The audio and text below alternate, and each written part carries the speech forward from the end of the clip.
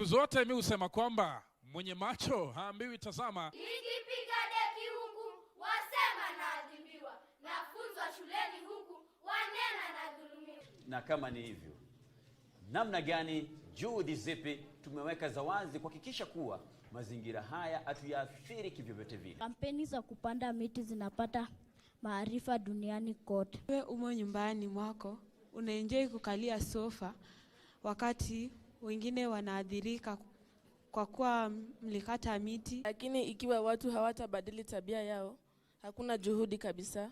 Ngekulipa nini kama ungeta nilipe jema moja moja, maana hata ipumzi na yavuta. The fever in children can be very worrying. But do you know when to stay calm and when to seek medical attention? A fever is a good sign. It is telling you that there's something going on in the body. I prefer ginger, garlic, and honey.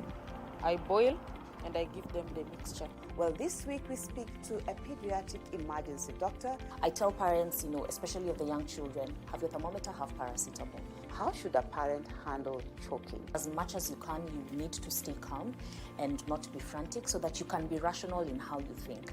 Us African mothers, covering our children with layers upon layers, this is a human being. The heat you're feeling is the heat they're feeling.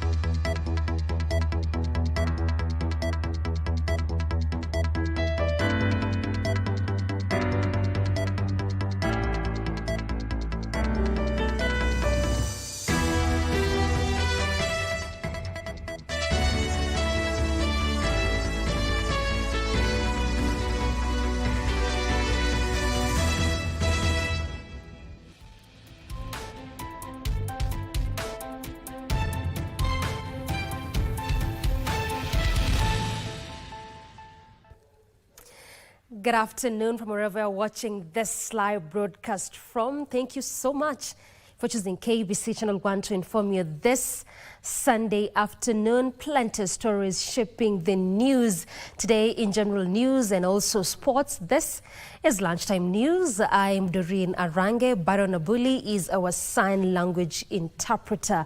We begin the broadcast with more celebrations of the Women's Day, which was yesterday. But also, women have been urged to seize available opportunities for self-empowerment amidst the evolving dynamics of life. Speaking during the International Women's Day celebrations at the University of Embu in Embu County, women leaders underscored the importance of collaboration among women to support and uplift one another. Across the country, women from all walks of life came together to celebrate their achievements and push for greater equality. In Embu County, Mercy Kinyua, a resident magistrate at the Embu Law Courts, emphasized the need for the justice system to safeguard women's rights. The judiciary aims for a justice system that is available and reachable to all members of the society, regardless of gender, social economic status, ability, race, or other characteristics. Speaking in Madende Primary, Dambale constituency, Busia County, Deputy Governor Arthur Odera underscored the significance of providing a haven for victims of gender-based violence to enhance mechanism of fighting the vice. Policy aims to address gender-related injustices, tackle the root cause, and comprehensively manage the responses to the incidents. In Kericho County, the Tea Board of Kenya Chief Executive Officer Willie Mutai encouraged women to venture into small businesses by utilizing the available resources. And women in Laikipia County marked International Women's Day by displaying their achievements in overcoming challenges attributed to climate change through livelihood diversification. Pahali uko, jikubali, and then you try to work towards your success.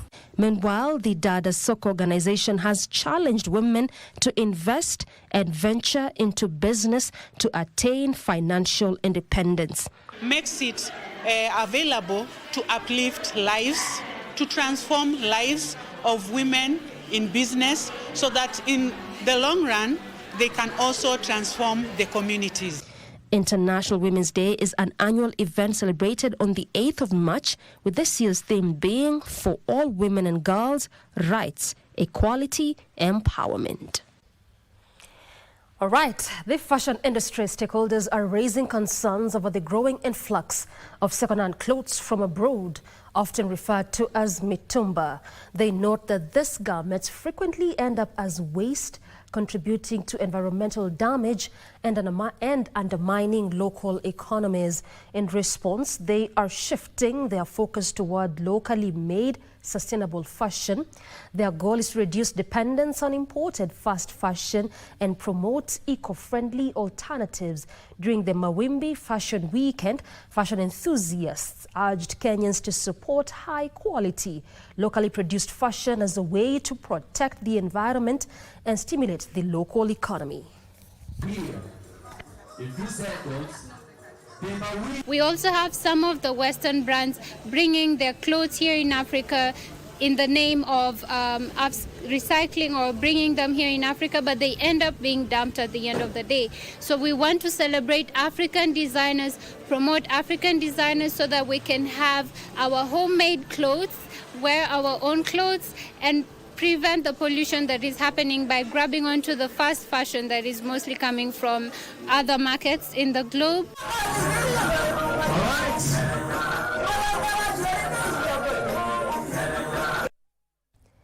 The youth have been challenged to embrace technical skills as a means of boosting employability and driving innovations across various industries. Speaking at a drama festival held at Mawego National Polytechnic in Homa Bay County, Daniel Randa, the chairman of the Kenya Association of Technical Training Institute, KATI, encouraged students to harness both creativity and technical expertise. He emphasized that these skills are crucial for fostering social and economic progress. All the young students who cleared Form 4 last year, all those who are at home and they are not engaged in any employment, they are not in education, we want them here. We have the facilities. And we are training very well. We have state-of-the-art equipment. We have this other extracurricular activity like drama. So this is the place to be.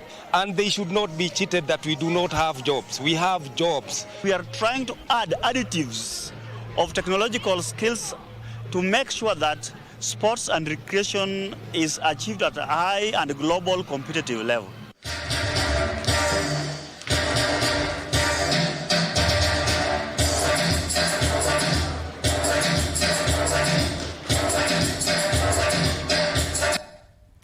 Over 40% of women in Kenya experience domestic violence, sexual assault, harassment, female genital mutilation, or child marriage in 2024. Human Rights Defenders Hub is calling for stronger GBV laws and strict punishments to ensure strict penalties for abusers.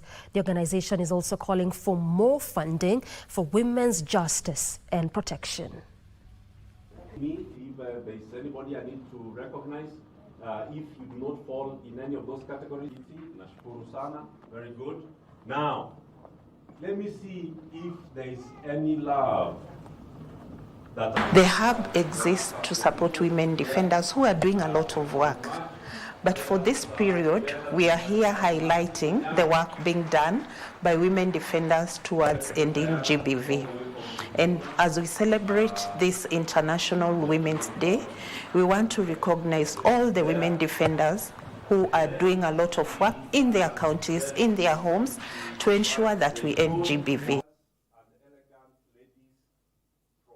Machakos Town Member of Parliament Caleb Mule wants the government to pause all other projects and prioritize the Social Health Authority to ensure its full implementation.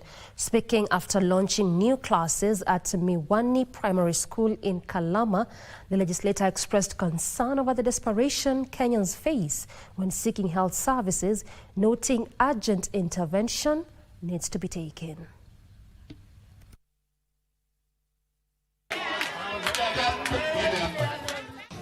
Afadhali zile vitu zingine zisimame to make sure that SHA works.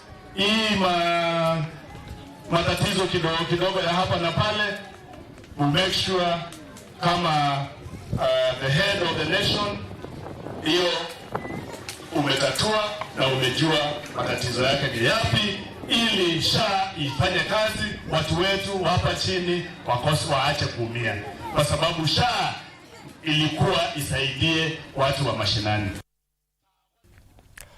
The government has unveiled a new initiative to support young Kenyans seeking soft loans to use in hunting employment opportunities abroad.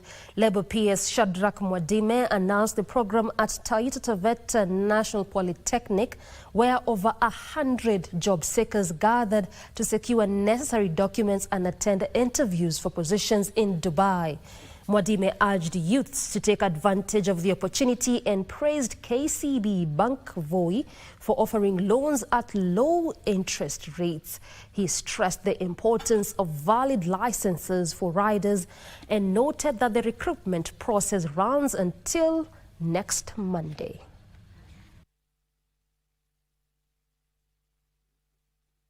Sisi kama Wizara ya Leba tumejitolea muhanga kuhakikisha kwamba watoto wetu wamepata hizi kazi ambazo zimefunguka hasa ugaibuni, nchi za ng'ambo. Kuna kazi nyingi zimepatikana huko kwa sababu mnavyofahamu pale kuna wazee wengi kuliko vijana. Wakenya wasihangaishwe na agencies ambazo hazijasajiliwa na serikali. They don't give you a work permit. They don't assist you get a work permit. They give you a visitor's visa. Alafu anakuambia ukienda huko kama mtalii you'll be able to secure employment. It is not true. Kindly, we appeal to young Kenyans to realize that working with government will guarantee their interests. That's Labour Export Stories, what takes us on our first break. We circle back with more, including sports. Stay with us.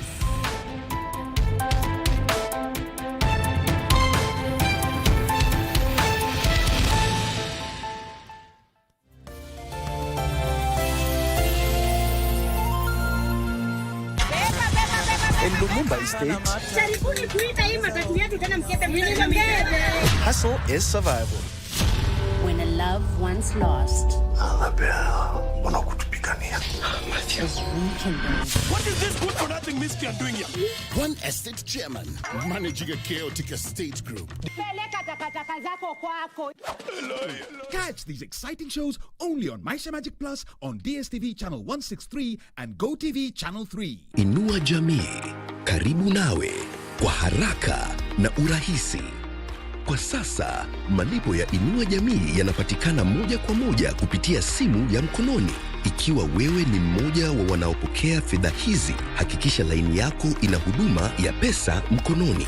Iwapo huna laini ya simu ya mkononi, tembelea duka la Safaricom au ajenti wa M-Pesa aliye karibu nawe ili usajiliwe kwa ada ya shilingi 100. Inua Jamii ni mradi wa fedha wa serikali unaolenga Wakenya walio na umri wa miaka 70 na zaidi, watoto yatima na watoto wanaoishi katika mazingira magumu na watu wenye ulemavu sugu, kwa kuwapa malipo ya kila mwezi. Ujumbe huu umeletwa kwako kwa niaba ya Wizara ya Leba na Huduma za Jamii. I asked her out. I asked her if she could be my girlfriend. What did I do? And she burst out laughing. She was like, Burst out what? laughing. I was like, what? We actually did a Mount Kenya hike when we were dating. Yeah.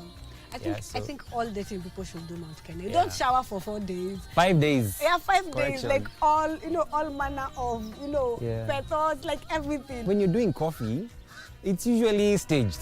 It's managed. But now, when you're out there, like you're... It was so intense. Everyone was like, I remember telling the girls, we are not engaged, me I can bounce like right now. We like to say that life has been generous with us, eh? Yeah, so I think one of our hardest seasons in marriage was 2017. Literally what we suffered from was shattered dreams, because we came back with nothing. Who's most likely to be the first to say, I'm sorry?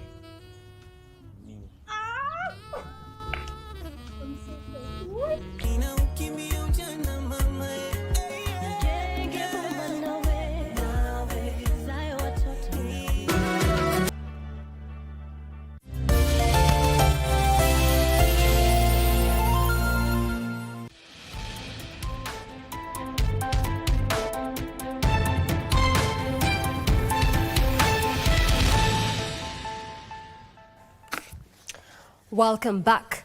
In our section of traders from Thika Town in Kiambu County who have been operating on a road reserve for decades took to the streets protesting over illegal eviction and destruction of their business structures. They claim a private developer is behind their woes.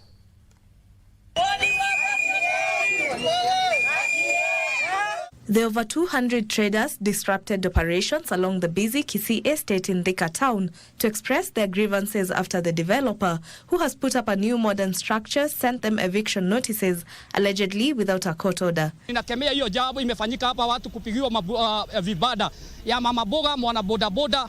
Tunasema ombi letu ni hao watu waendelee kukaa hapa, watafutia riziki yao hapa, kwa sababu hiyo ndio hakuna mahali pengine wanaweza kwenda. Sisi tutaandamana usiku na mchana, maandamano kubwa hadi tuone suluhisho na tuone haki zetu zikitendeka. They accused certain county government officials of conspiring with the developer, pointing out that they have been operating in the area for over 10 years without ever facing eviction. Barua ya kwama tumeletewa, lakini hata baada ya hiyo barua ya kwama, sisi wenyewe tukatamani tumuondokee nafasi, apate mali hata kwake na yeye pia afanye biashara kama sisi, kwa sababu tuna upendo. The traders have now called on the government to step in and protect them from being forced out of the stalls where they earn their livelihoods. Naomba Mr. Governor ukuje hapa ututetee. Tuache kufurushwa hapa. Hapa ndio tunapata kiba yetu na hapa ndio tunapata ile kidogo yenye tunaweza kukula na mafamilia zetu. Christine Matunda for Lunchtime News. Kabarnet School for the Deaf and Blind, which has been a beacon of hope for children, is now facing profound challenges. The lack of government support has left the institution in Baringo County struggling to meet even the most basic needs, forcing it to rely on donations. In a show of solidarity and generosity, students at the neighboring Kabarnet High School, with the support of their parents and principal, have donated food and other supplies. The lack of sustained funding from the Ministry of Education has led to the staff shortage, with essential support workers reportedly going unpaid. Resources for specialized care are also running dangerously low. Helping the needy in the society. Those are some of the charity works that are going on in our church. So that's one of the motivations. The money we get, we use them to pay maybe electricity and other bills in the school. And we also need to use the same money to pay this number of workers who are men. Because maybe somebody will say we have almost like 22 workers, of which even many have left. They were 33 in number. And most of them left simply because of the challenges of salary which we had. And therefore, you'll find that it is because of the needs of this year that we require a large number or a big number of the support staff. I think we have heard that the school, the deaf bride is not receiving capitation. And therefore, the government has not channeled enough resources. So when we met the teachers, they were able to tell us the kind of items that are required. And that is exactly what we decided to buy. So we bought this because it is not available in school. And therefore, we would wish that the government is able to provide. The National Council of Churches of Kenya has raised concerns over the rising cases of non-communicable diseases, calling for urgent government intervention. Church leaders meeting in Nakuru County for a two-day forum said NCDs are responsible for over 50% of hospitalizations and 39% of the deaths in the country. NCCK South Rift Region Chairman Bishop Peter Mweruri urged the government to declare NCDs a national emergency, noting that they are now the leading cause of death after accidents. The clergy further urged the government to regulate the consumption of high sugars, salt, and saturated fats, while advocating for front pack warning labels on food. To us is the number of children diagnosed with diabetic, hypertension, obesity, cardiovascular diseases has risen sharply, meaning that the age is no longer the main driver of these diseases. Number one, declare the NCDs as a national emergency. Statistics show that 77% of the health expenditure of Kenya households goes to management of non-communicable diseases. On average, it costs a patient Kenya shillings 130,000 per year to manage an NCD. Residents of Kiboko Estate in Thika Town, Kiambu County, have raised concerns over frequent blasting activities at a nearby quarry, which they claim is causing structural damage to their homes. The residents say persistent blasts have triggered tremors, resulting in visible cracks in walls and perimeter fences. They are now calling on the government to intervene and shut down the quarry to safeguard their well-being. Nyumba ikitetemeka, kuna particles za simiti zinatoka huko juu nyumba imeachana, wall imeachana na ceiling, so hiyo mtetemeko inafanya mchanga ianguke chini. Those blasts, each one of them has its own strength and intensity, because when that happens, the whole area actually, those seismic waves will cause reverberations in our compound. So our residents are always on the phone. My house, the blasts, they are complaining. But there's really been nothing, that no help has come our way. So we are really wondering, are we talking, I don't know, to the wrong people, or what's going on? We don't understand. And our police officers in Limuru, Kiambu County, have resorted to a unique approach to reach out to struggling addicts through crusades and offering guidance and counseling services to combat the rising cases of alcoholism and substance abuse in the region. According to Reverend Osborne Ngure, Administration Police Chaplain in charge of Limuru and Deya sub-counties, the counseling sessions have remarkably transformed participants. He said more addicts are voluntarily seeking help from both law enforcement officers and church leaders for guidance in recovering from addiction. Tunaweka hizi crusade, tunaleta vijana pamoja, and then wakikuja pamoja tunakula pamoja, na pia tunaomba pamoja, na pia kwa sababu katikati yetu kama officers wengine kando na kuwa askari na kushika bunduki, sisi ni counselors, so na ile ni professional, so ile kitu tunafanya ni kuwapatia free counseling. Tunakusaidia mtoto wako, tunasaidia hao vijana, na pia tunawashika mkono na tunawaelekeza katika njia. Nimeona inafanya kwa sababu most vijana wengi wamewachana hiyo vitu, because reverend ama basa sedu wanatumia njia ya urafiki or friendship, so wanaona kama si askari, because hawa wanatumia njia ya Mungu, so most of them wamereform, na tunashukuru sana hawa reverend na pastors. Nilikuwa nimekunywa sumu nikakuja hapa nikasikia crusade, nikaombewa na pastor, juu nilikuwa nishakunywa sumu yangu, ndio nikikufa sasa niende mbinguni. Lakini sasa nilipoelezea nikaombewa na nikaokoka. Police from the General Service Unit manned Jesus Winner Ministry Church on Sunday following threats by social media activists to occupy the church over church donations. The media was also barred from accessing the church building. A section of the media team that had arrived earlier was also roughed up, and their camera and accessories were confiscated to prevent them from recording the occurrences. Members who sought anonymity revealed that the church planned an early service to evade the protest that had been called for noon.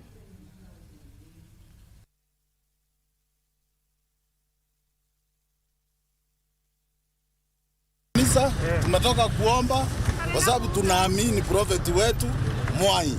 Na naomba Wakenya wacha tuamini mambo ya Mungu. Sandaka kila mtu ana uwezo ya kutoa.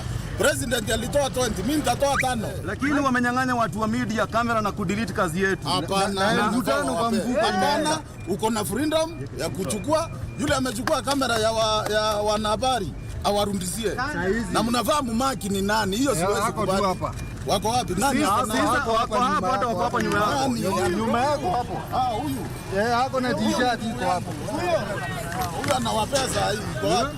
Yule kamera t-shirt ya blue huko. Nani kamera yake imeenda? Ule Citizen. T-shirt ya blue ndio. Mpaka mpewe kamera Wewe kamera yenu ndio tuweze kueneza injili. Si hata nyinyi mnajua.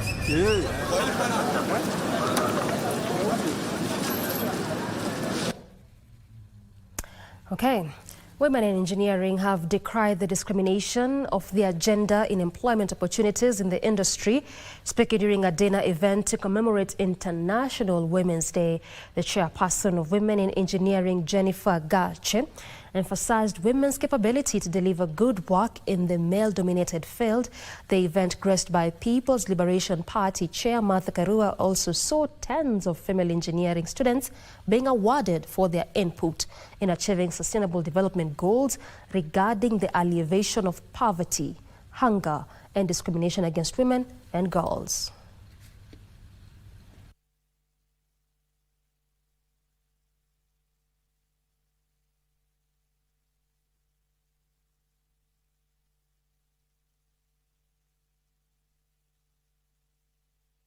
Experts from overseas to this country.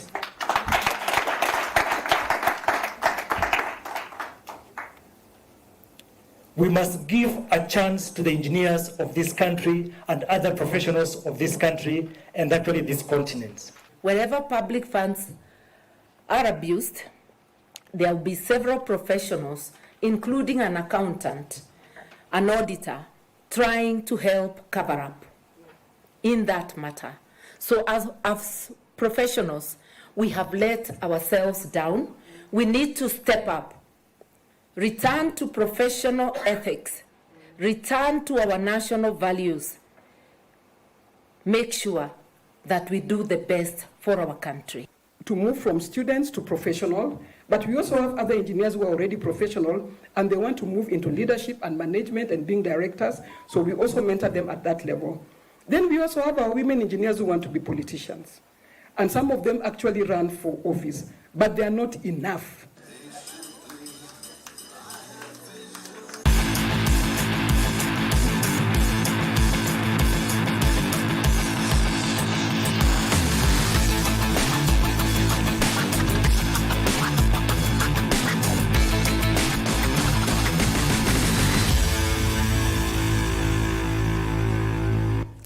Time for your sporting action now. Wolves move 6 points clear of the Premier League relegation zone after coming from behind to draw 1-1 against Everton. Everton move into 14th above Manchester United and West Ham on the goal difference. 3 matches will be played today. Chelsea host Leicester, Tottenham play Bournemouth, and Manchester United and Arsenal meet in the late kickoff at Old Trafford. Here, Wolves without their majestic number 10, Mateus Cunha. Deep play from Tielemans. Ramsey to get it forward now, Watkins. And Watkins wants to pick out in the middle. Watkins! Ollie Watkins once again against his old club.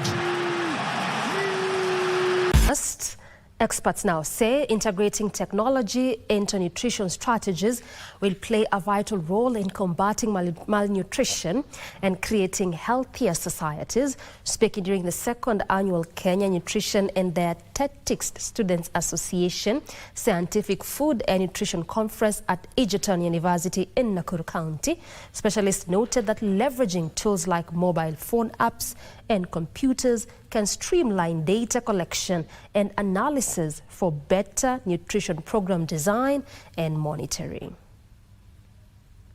According to the Kenya Nutritionist and Dietetics Institute Executive Director Dr. David Okeyo, utilizing information and communication technologies can significantly improve nutrition outcomes. The specialists want Kenya to fully exploit the use of telemedicine and ICT to create awareness among people and reduce malnutrition. And this will help our nutrition professionals come up with a solution to the public without necessarily having one-on-one. Dr. Samuel Maura, a lecturer in human nutrition and dietetics, said the adoption of ICT in nutrition campaigns would yield the desired results if the innovations are affordable, reliable, of good quality, and adhere to ethical standards. We are very proud that we are also ushering in our Gen Z generation into the use of IT for productive purposes, which in this case is then growing the profession of nutrition and making it accessible to the society out there. The technology that is coming up must be of high quality, it must be safe, it must also take charge of the ethical aspect of human or service to humanity. They also call for protection of user information and confidentiality for long-term engagements. And that's all the time we had for you this Sunday afternoon. We appreciate you for your valid company. This has been KBC Lunchtime News. I'm Doreen Arange. Baron Abuli has been our sign language interpreter. Good afternoon.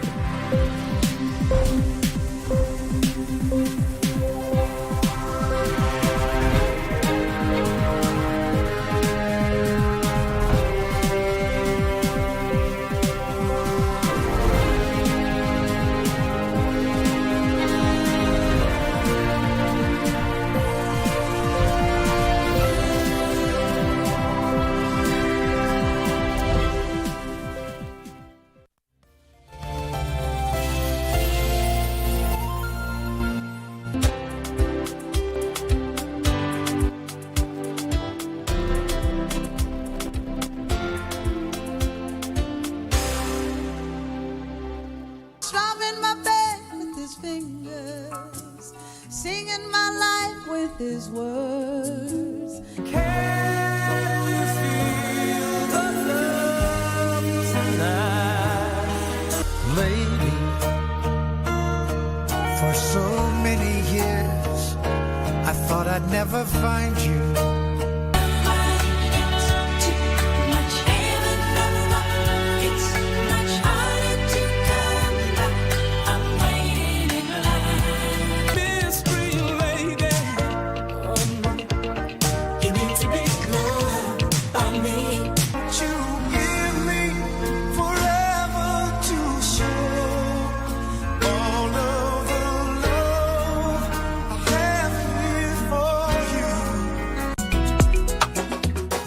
In the stream, that is what you are. Sail away.